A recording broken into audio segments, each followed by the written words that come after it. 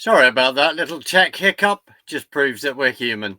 Anyway, welcome again to joining me on the Southern Report. Privileged to see you, privileged to have your time. So before I bring on the incredible John Haller, I will just want to say this is relevant now, the American Gulag Chronicles, to support the J6 prisoners. I'm sure that many of you are aware of the pardons and also some other little things that are going on. There are a number of prisoners still to release, so please keep them in your prayers. And if you can buy the books to support them, that would be incredible, because it is much needed. But please pray. So I'm just going to bring on John. John, thank you. Sorry about that tech hiccup. Bit of a swerve ball, but you can discipline your staff later. I will do. I'll talk to you about it. The legality. But listen, my friend, lovely to see you. We've got quite a few things to talk about. I will raise a point of reference first, and then we'll just see how the discussion goes. We witnessed a few days ago, I think it was on at the weekend, on the Friday. Sorry, we witnessed the release of 3 male hostages that had been taken on the 7th of October 2023. And I don't know about you, John. I don't want to put words in your mouth, but I was just appalled when it's been broadcast pictures of them before that they were sadly taken hostage, and then we then saw them on the screen, what they're looking at now. And frankly, I don't know about you, but I felt I was standing outside the gates of Belsen or Auschwitz and watching these 3 men walk out within all of the, I have to say it, but within the sort of Hamas PR. And then let's point this out, getting the Red Cross on the stage, signing this, that, and the other. Words fail me, to be honest, John. And also in regard to one of them, poor man, who didn't even know that his family, that members of his family were dead. And after Hamas had said, "What are you looking forward to?" and he said, "I'm looking forward to going back to see my family." Yeah. I don't macabre the language. What are your thoughts? Because I just thought it was horrendous. Well, this is part of the torture of Hamas. They can't leave it go. And it's kind of interesting, the show they put on, with they at least make the camera angles make it look like it's a very, very large crowd. It's not as big as they put on. Yeah. But they pack the people in there. I mean, if you've watched, there's many videos. There's channels on X that are called Pallywood, because and you will see, like, they had a picture of a guy, and it looked like he had oxygen things in his nose, and all that stuff. He's laying on a stretcher, but when you looked at it, it was a pair of AirPods, wired headphones. He'd stuck them in his nose to make it look like he was on oxygen. So this has always been a problem. I don't know if you remember the very famous case of the young boy who was shot. I don't even know if he was killed. It was claimed that he was shot and killed by IDF soldiers, but then a Frenchman came and unpacked the footage and showed that it was actually done by Hamas or Fatah gunmen had shot this little boy behind his father in the area of Samaria or Judea. So, I mean, this is very common, and this was a big show. We all knew when that man stood there on the stage and was saying, "I'm looking forward to seeing my family," that he was probably the only one in the world that did not know that they were already dead. Absolutely. And it was this horrible thing beyond. I mean, and some of the what they've endured is starting to come out, like a small piece of pita bread every few days, only allowed to go to the bathroom twice a day, just horrendous conditions. And so that's leading to some very bold statements. So over the past week, so it was a week ago today that Trump and Netanyahu met at the White House and did a big news conference. It is my understanding that on Monday evening, a week ago, that Trump had been given the opportunity to watch the Israeli government's 47-minute video compiling what had happened on October 7th. It's not something a number of us have asked that it be released, but it's under the control of the Prime Minister's office, and it's it's not they're not releasing it out of respect for the families of the people that are in it, and I understand that. But everybody that I've talked to that has seen it, I hope to be going to Israel around Sukkot later this year, and I'm going to do everything in my power to get a chance to see it. I do have some things that they gave to us that had been at the media summit a while back, some raw footage that I think led to that video. So it's pretty horrific. I mean, and so I think that what we saw last Tuesday in the Oval Office when Trump started, the memory, and I don't know that he'd seen it before, the memory of that video was very apparent in front of his thinking, and he issued some pretty bold statements. It was, we're taking over Gaza. Now, there's a lot of argument back and forth about what did he mean by that. Yep. There was a plan that had been released by Netanyahu about a year ago called Gaza 2035. I covered it in my prophecy update this past Sunday fairly extensively. A lot of pictures, AI generated pictures, and from what they look like, Gaza looks like Dubai. And this has been a very, very, very long-standing belief of people that Gaza has ideal weather, beautiful beaches, it's next to the ocean, and with proper development, it could become the Singapore of the Mediterranean. But it was turned into a hellhole by Hamas after they took it over in 2005.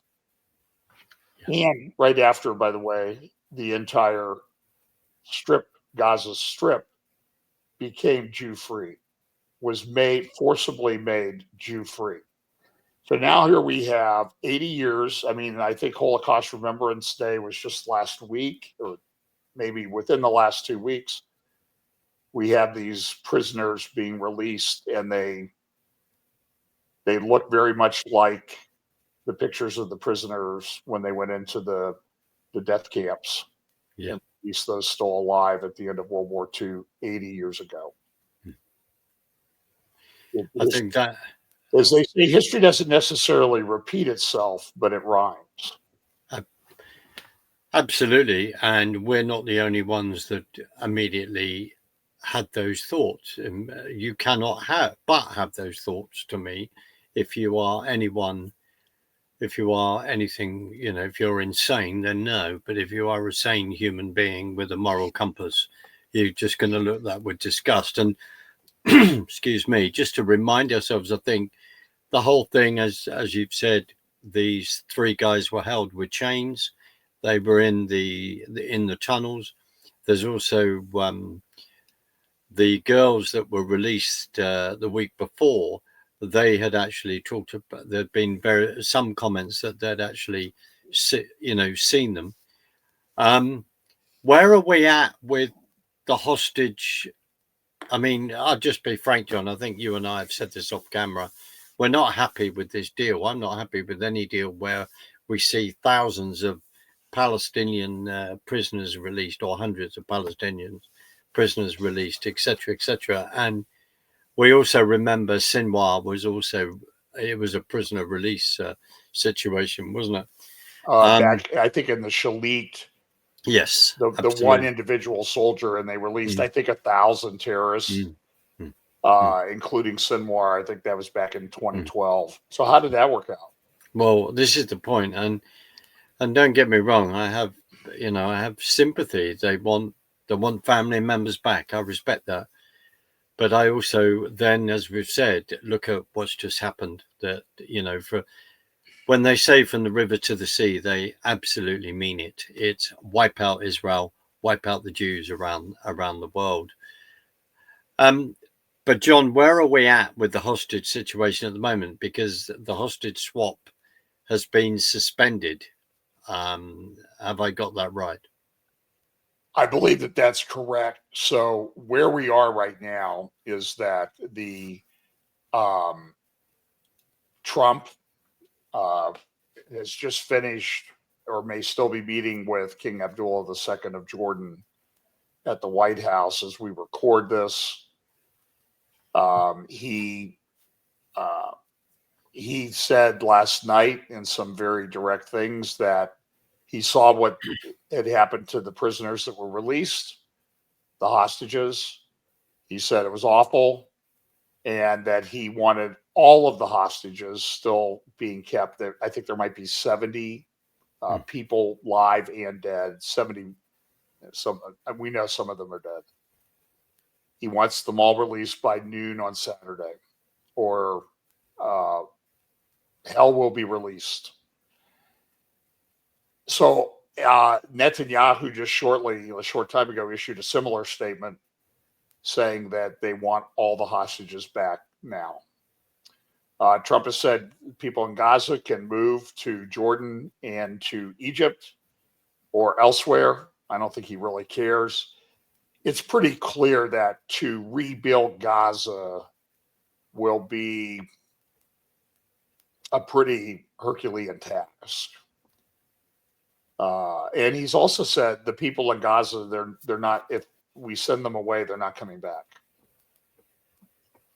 And of course, that raises all these claims of ethnic cleansing and that type of thing. But then again, when you continually do the things like they did on October 7th, 2023, what do you expect the world to do? What do you expect civilized people to do?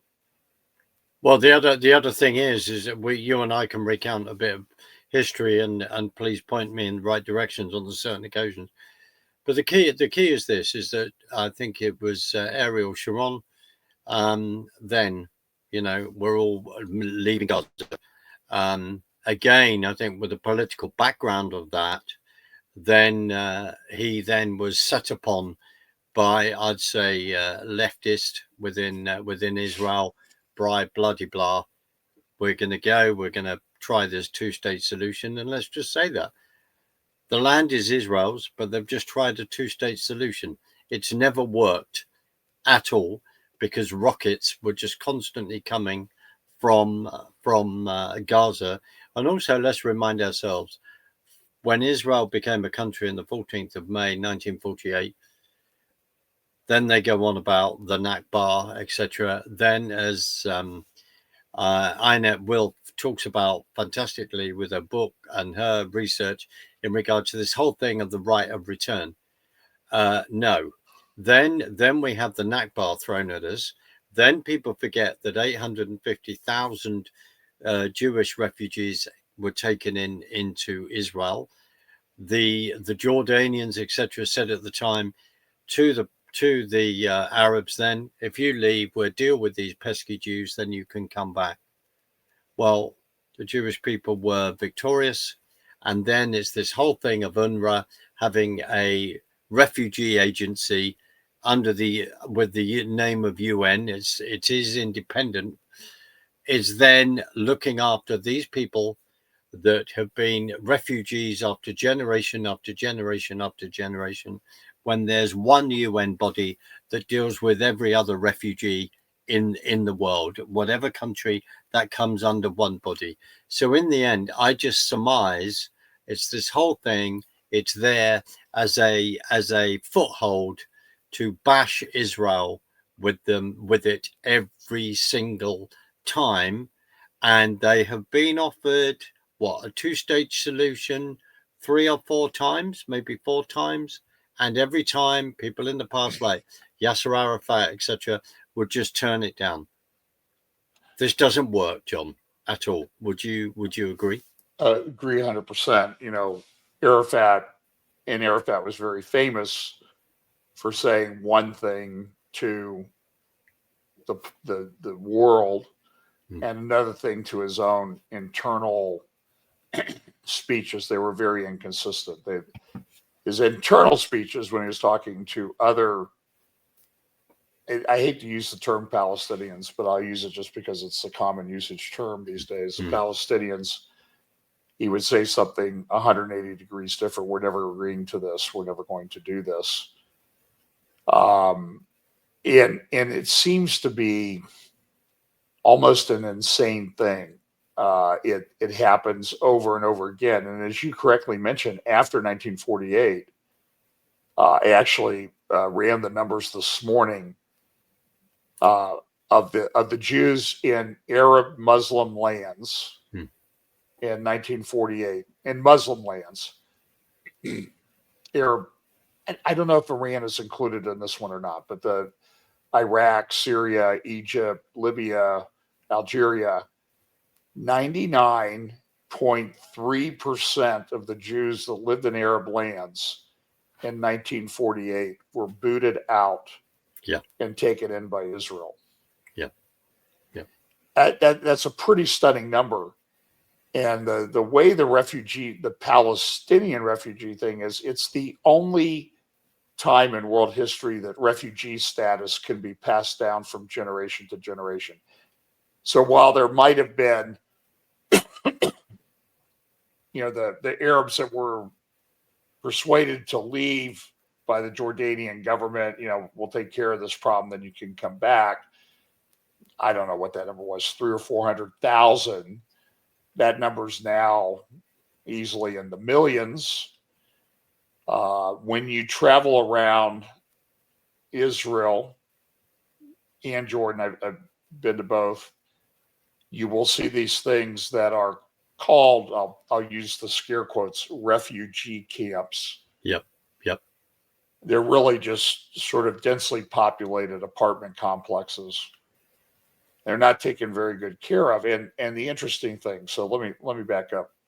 So on Thursday, February the 13th, I'm going to be doing a prophecy roundtable with Brian Schrauger, who lives in Israel, Dexter Van Zile from the Middle East Forum, and Jim Fletcher about Israel, Zionism, and anti-Semitism.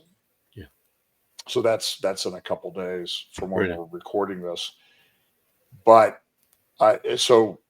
Dexter and I have known each other for a while. We had met at a Christ at the Checkpoint. I knew of him. We met at the Christ at the Checkpoint conference that was held in the United States in Oklahoma in 2018. It was either 2018 or 2019. I'm pretty sure it was 2018. And I remember at that conference, I went to dinner. It was, there's these providential things that happen. I went to lunch, the first lunch that we had at the conference, and I'm sitting there, and Steve, I don't know I can't think of the right adjective to describe him, of Steven Sizer sat down next to me. Tried to engage him, but it was pretty clear he only wanted to talk about himself. So I just took a picture of him sitting there eating his chicken. Do you want to remind people who Steven Sizer is? Steven Sizer is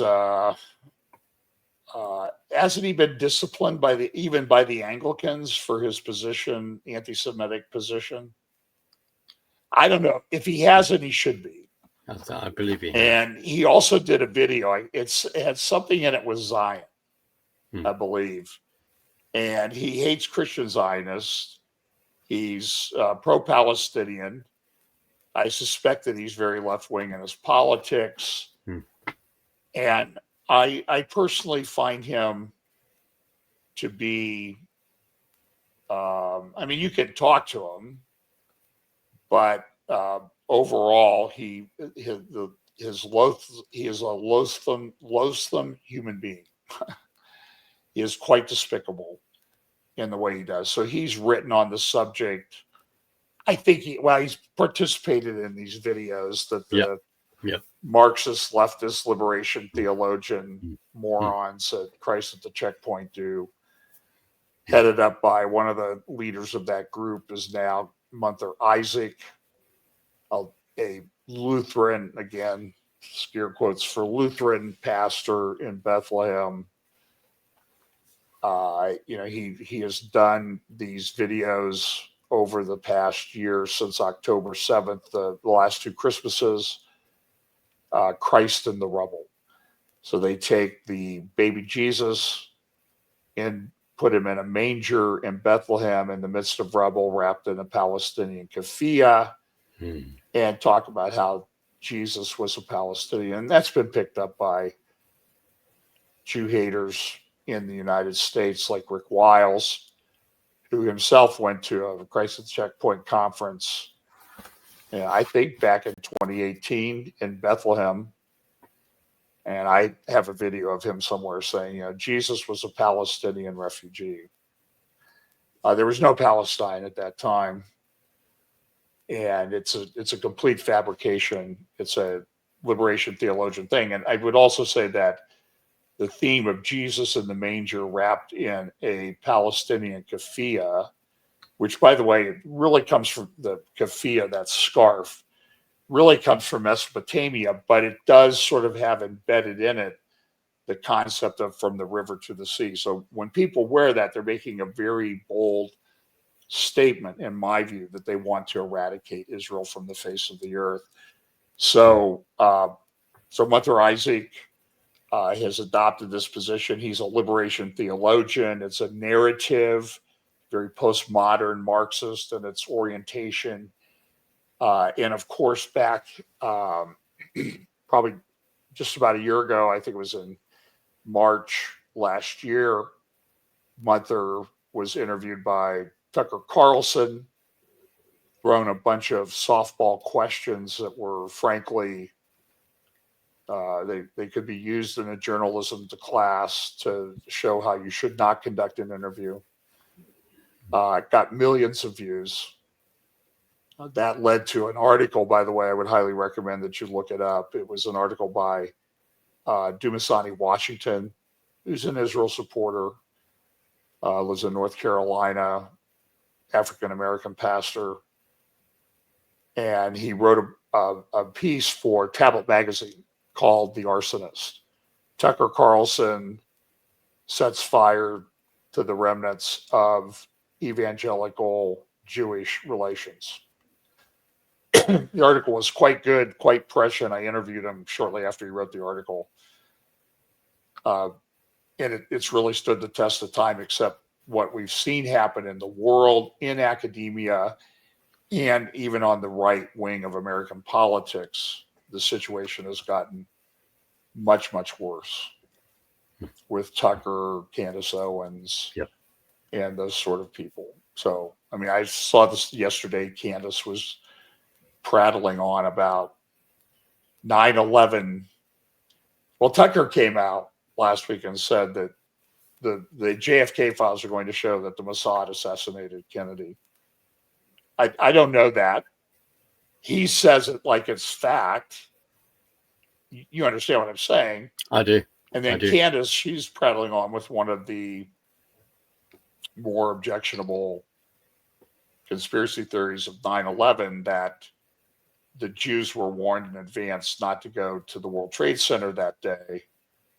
And so no Jews died, which is a complete, as you will find with most things that Candace discusses with regard to Israel and Jews, is based on a complete fabrication. Right. What one would hope that she's only doing it to try to get clicks, but if not, she is completely depraved individual for the way she approaches this. I have no patience for her. By the way, I looked up the numbers, the Jewish names on the list of people that were killed on 9/11 were somewhere, I think there were 3,000 killed, just under 3,000 across the United States.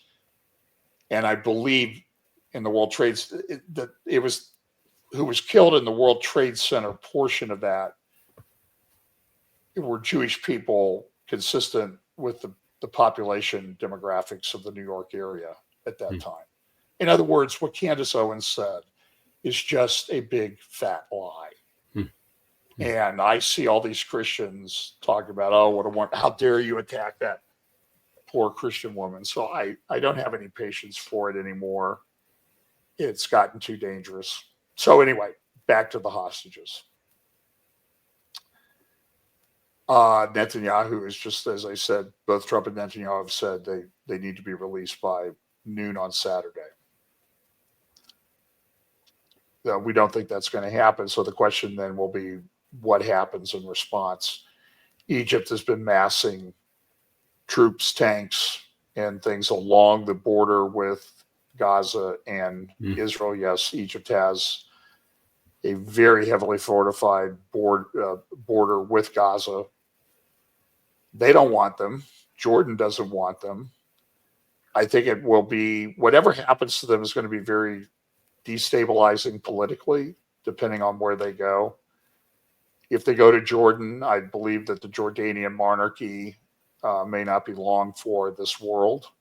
Yeah.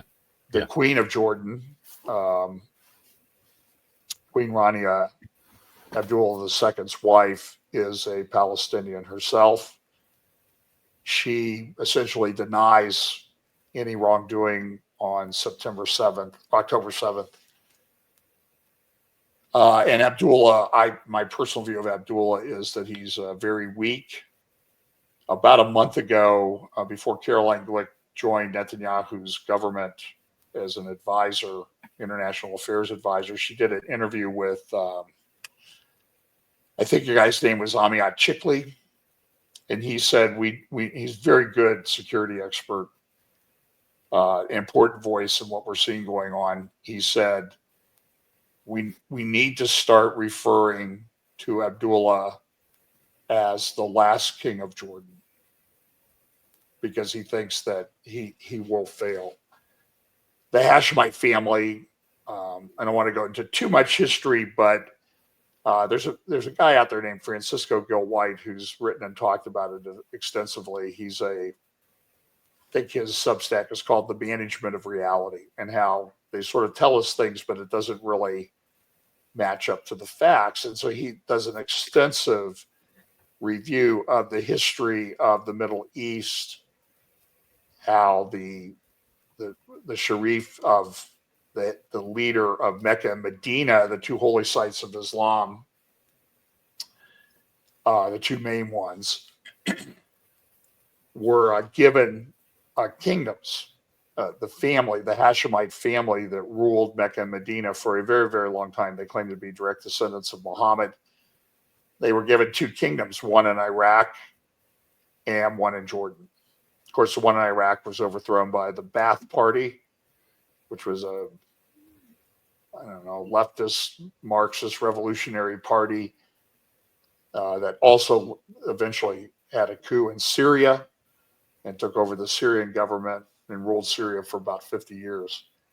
So Saddam Hussein was a Ba'athist. And so that the Hashemites, we do not know how long the government in Jordan will be in place. But whatever happens, it will be, I think, very destabilizing in the Middle East and elsewhere. About 75 or 80% of the Jordanian population would qualify as Palestinian Arabs. And by the way, they're Arabs who came to that area. If you look at the names of the tribes that make up the, quote, Palestinian areas, those surnames can be traced easily back to Iraq, Jordan, Syria, and Egypt. Yasser Arafat himself was an Egyptian. Absolutely. And in 1970, didn't King Abdullah bring a Major Haag from Pakistan, from the Pakistani army, to then deal with the Palestinian problem, and a number of thousands of them were then killed. Yeah, that that was in September. That led to the Black September movement. I'm not sure how many it was. That, of course, that was the Black September faction that attacked a couple years later, took hostage and then killed a number of Jewish athletes at the 1972 Olympics in Munich, Germany. Yeah. I mean, it is really important that we do go over history, and as you referred to that, Yasser Arafat, especially, the whole Oslo Accords are quite fundamental in regard to political ideology of the way certain people think in Israel. People thinking, just making statements, whereas facts, where we give land away from peace and all of this, and the expectation of the Oslo Accords. But it's really, really important that we do go back in history and we look at all of this. It's really, really important, because that classic phrase that they like to throw at us, that nothing is in a vacuum, and we turn around and go, well, we're gonna give you facts. I'll just say this, just an aside. You referred to the film that the Israeli authorities created after the appalling events of the 7th of October, that many people, over here, people in the street were denying. They were taking pictures down of the hostages that were taken and all of this kind of thing. And then you get left-wing journalists like Owen Jones, who write for The Guardian, etc., going around sort of, I never forget how he described the film afterwards. It was sort of, yes, it was horrific, but maybe not as bad as people would like to say or something. It was just beyond disgusting, really, John. And I think the other thing is, let's remind ourselves, we're now in February. In April a year ago was when Iran, etc., were firing 300 rockets at Israel. In other words, once over the last months, the amount of events that have gone on, that people are now forgetting, and they need to be reminded of the consequences of this war. And no, what Hamas did on that day and the Palestinian people is beyond disgusting. But to then remind ourselves what happened in Jordan, we think of the civil war in Lebanon in 1975, etc. These tipping points. Sorry, I don't mean to come on, but it's just important that we remind ourselves of these things. No, I mean, we're sort of seeing sort of this, again, history doesn't repeat itself necessarily, but it certainly rhymes. We're seeing everything happening over again that's happened over and over and over again with regard to the Jewish people throughout their history. And yet they've been very resilient. So it's very troubling. And the question is what's going to be done with it. I know that the U.S. has recently released some large bombs to Israel. One of the morons that populates our press here in the United States asked Trump on a plane, well, why are you sending those bombs to Israel? And he said, well, because they paid for them. Yeah. I said, yeah. And then I don't know if it's the same reporter, another reporter from one of the mainstream media was saying, well, how can you say, President Trump, that you're going to just take over Gaza? It's a sovereign country. And the response to that is, no, it's not really a sovereign country. It's Israeli. Well, it's been Israeli. It was given over. Egypt had it, for a long time. They couldn't deal with it. Israel took it back and dealt with it for a while. And now, so they left there in 2005. The people in Gaza that hate Jews got everything that they wanted. And the summer of 2005. Israeli Jews left. They left behind very sophisticated greenhouses. Yes. Yes. And other things which were then could have been used to build Palestinian society, but they let them go. So I'm looking at some headlines here from JNS. Abdullah saying, let's not get ahead of ourselves, he said, of the Trump Gaza plan. And then Netanyahu said the ceasefire ends unless the hostages are freed on Saturday. So you're looking at a Gaza where easily 65% of the buildings have been completely destroyed. Estimates are, it's always kind of interesting how we kind of try to look at this and fit this into our little Bible prophecy scenarios and timelines. So somebody wrote to me today, very, very, very nice people. And the question was, well, let's say Trump rebuilds Gaza. What happens if the Democrats win election in 4 years? Would that be something that would provoke them to come? Would this be the spoil, the beautifully, as Trump would describe it, the big, beautiful Gaza will look like Dubai and Miami Beach on the Mediterranean, which has been, by the way, the plan all along for, as I said earlier, everybody talked about this is going to be the Singapore of the Mediterranean, could be and should be the Singapore of the Mediterranean. So now Trump says, okay, we're going to do that. But the question is, in the prophetic scenario, is this going to be something that's going to bring these hostile parties against Israel in Ezekiel 38, 39? My conclusion is, well, it depends on time. When I talk about Bible prophecy, I talk about the fact that things are certainly going to accelerate in terms of events happening. We see that they're going to converge, all going to be happening at the same time. But there's also a logistics aspect to it. So you have, Gaza, and you have everybody saying Gaza is 65% destroyed. It will take 2 to 3 years to remove the debris, and then another 10 to 15 years to rebuild it. But if it's going to look like Dubai, the recent history of Dubai is an Arab country with a lot of money and a lot of people wanting to do it. It's taken 30 years to build Dubai from one skyscraper to the, including the tallest building in the world and some of the tallest buildings in the world. So it doesn't happen overnight. So I don't think that in 4 years when Trump is scheduled to leave office that Gaza will be built sufficiently to cause somebody to want to invade Israel to take it over. I could be wrong, but I just don't see it happening.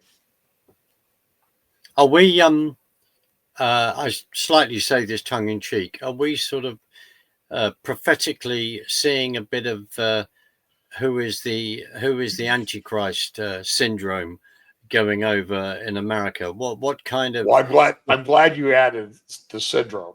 Yeah. So I was a trial lawyer for I was taking the bar exam 45 years ago this month. So I had to learn how to put cases together. And one of the problems in a case when you're a young lawyer is everything you read proves your case. Right. It could be, and it's just not true.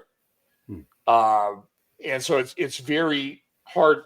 It's very easy trap to fall into as a lawyer. And I see it happening to, very nice, very smart people, very learned people in the Bible prophecy area, that they will come to a conclusion that it must work out this way. And then they will interpret all evidence to support that.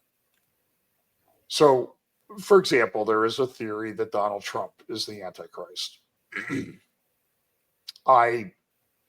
First of all, if we have at least a period of 3.5 to 7 years over which this will unfold, he's going to be 85.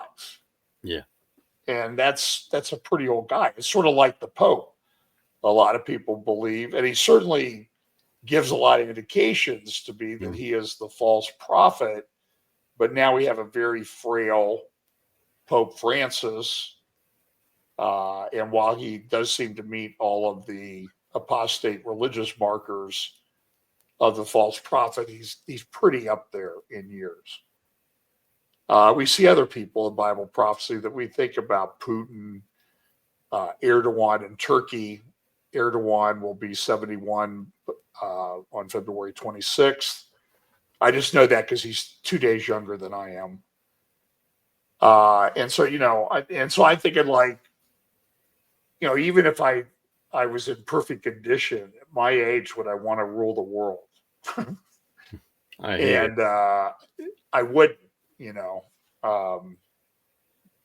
I think even if I was given I'm never going to get the opportunity. So it's not even an academic discussion, but I just think that, I think we have to be careful. So let me give you an example of how I think some people are looking at it and wrongly. So in Daniel chapter 11, it talks about,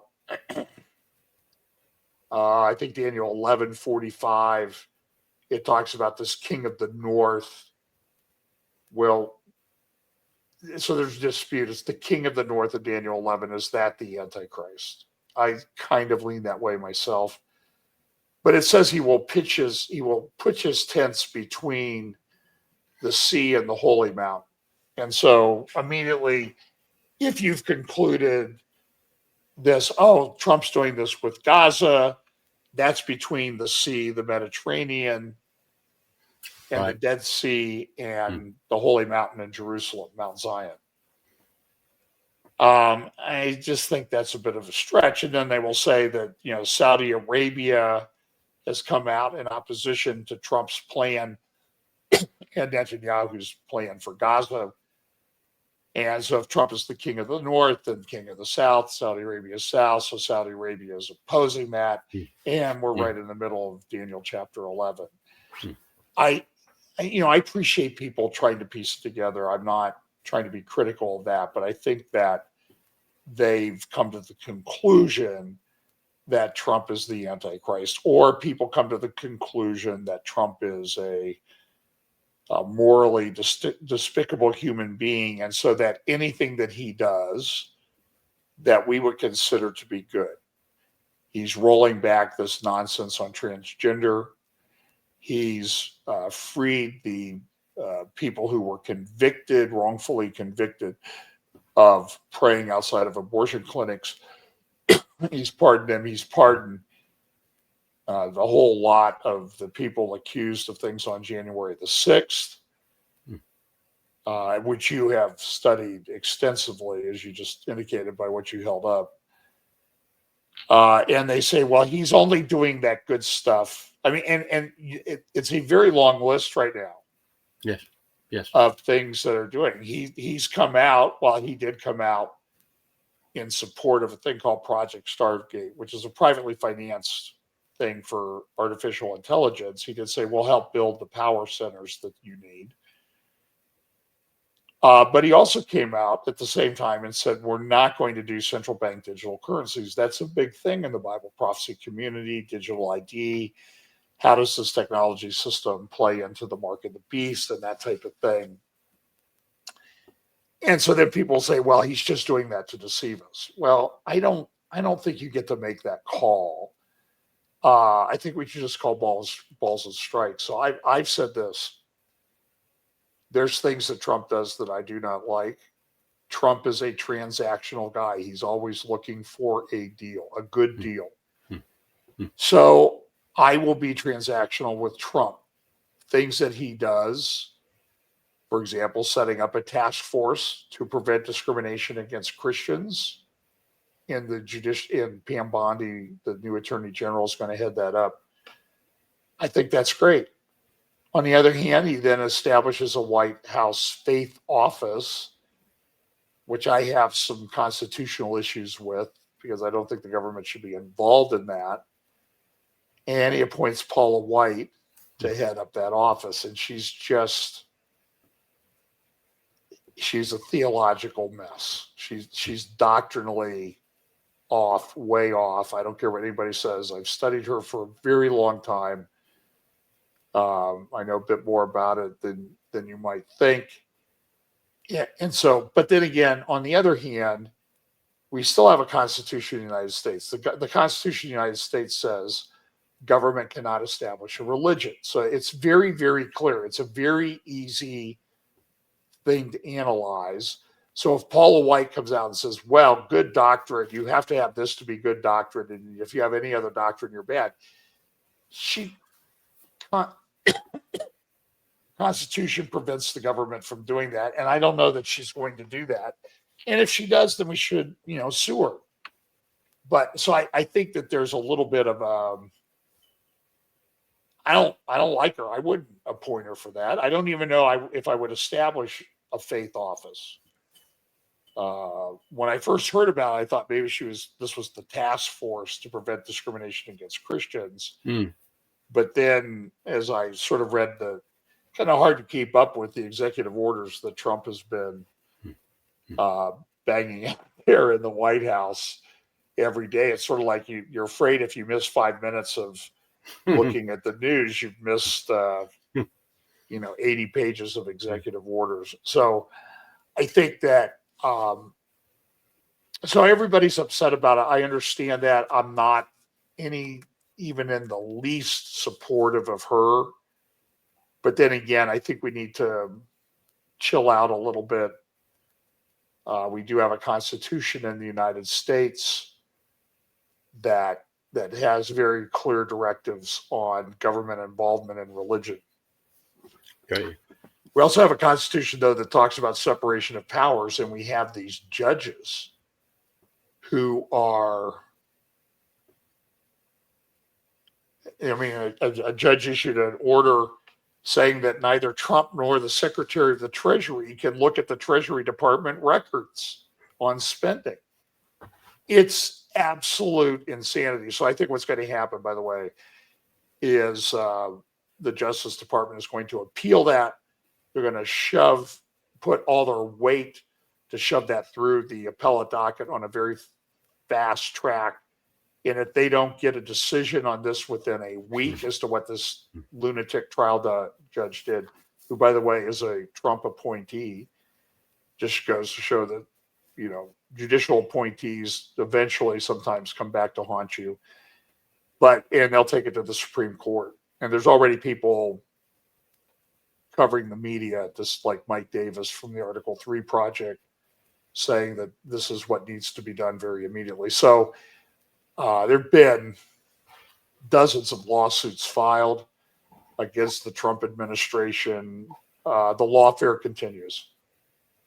And because we've spoken off camera about this, but you made a very, very interesting comment to me the other day, and because of your legal background, and you were saying that within your career, you would notice that your training and what you did was presenting facts and learning to present the facts well to win your case. And you said that the needle has then began to swing to presenting emotions. Is that a fair point? Yeah, I've tried to think when I don't remember when it really started or when I started to notice it. I think it was back in the 1990s. So the legal seminars, the trial, be a good trial lawyer seminars, used to tell you how to effectively present facts, use exhibits, and that's back in the, I think I was the first lawyer to do a PowerPoint presentation at a judicial conference in Central Ohio. And I just got it like an hour before my computer, an hour before. So it was very basic. It was black type on a white background. And I didn't know if it was going to work. And everybody's like, wow, look at that.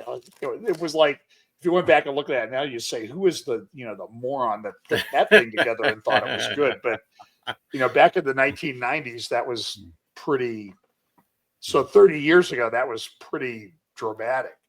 So we would have, how do you put these exhibits together? How do you put flow charts together to, effectively present your facts? But at some point, the seminars started to shift, and they shifted to where, okay, you need to appeal to people's emotions.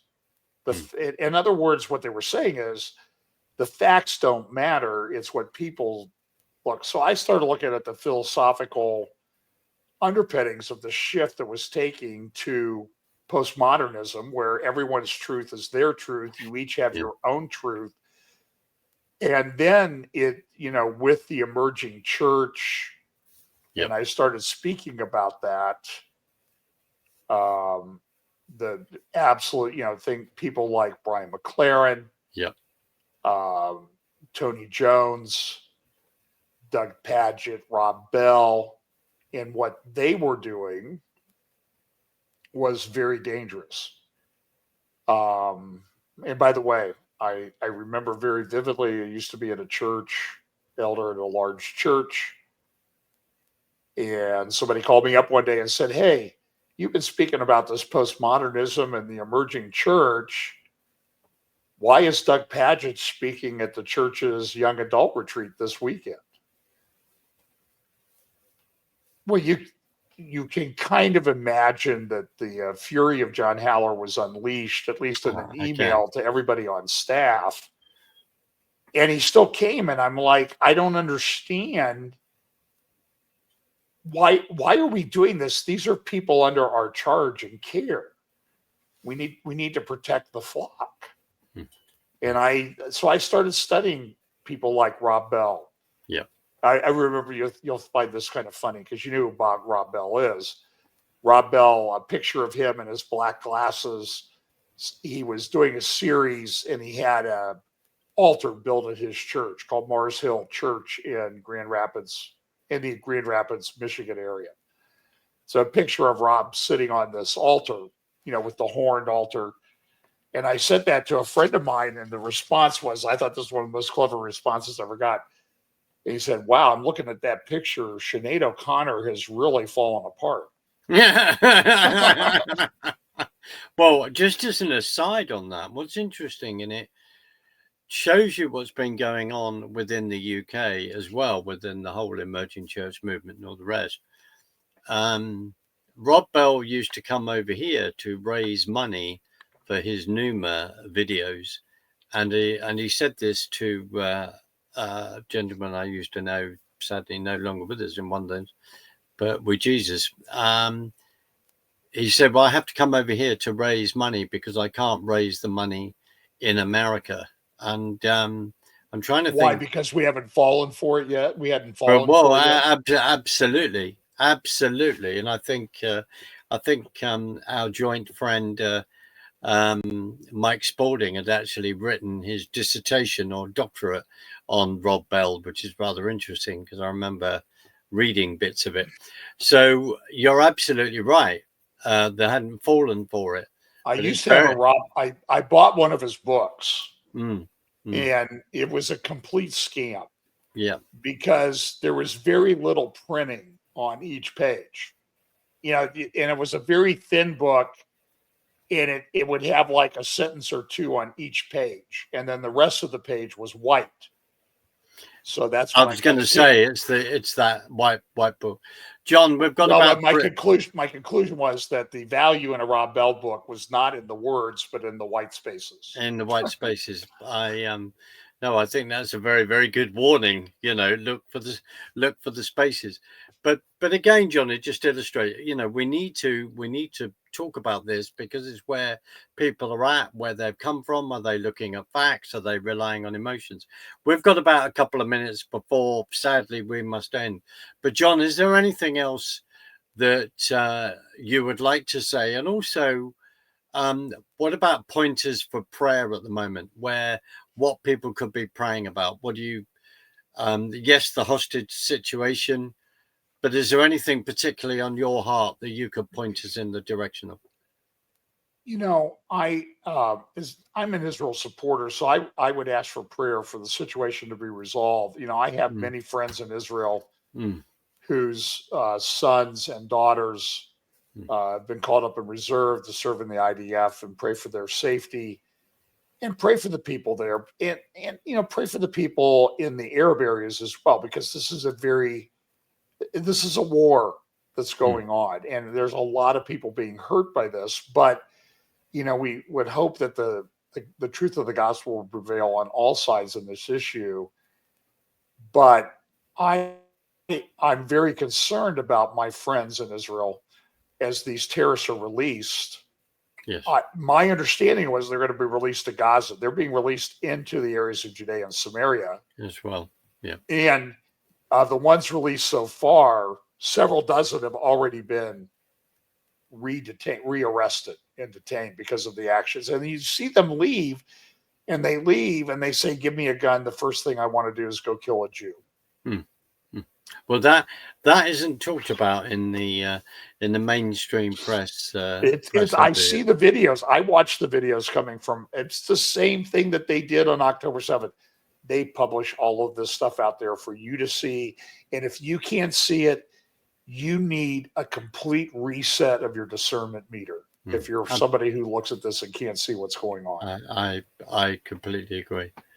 John, I just want to thank you for your time again, and thank you for your insight, and thank you. We will be, I know, doing this again. Every blessing for the Roundtable. So that will be on February the 13th.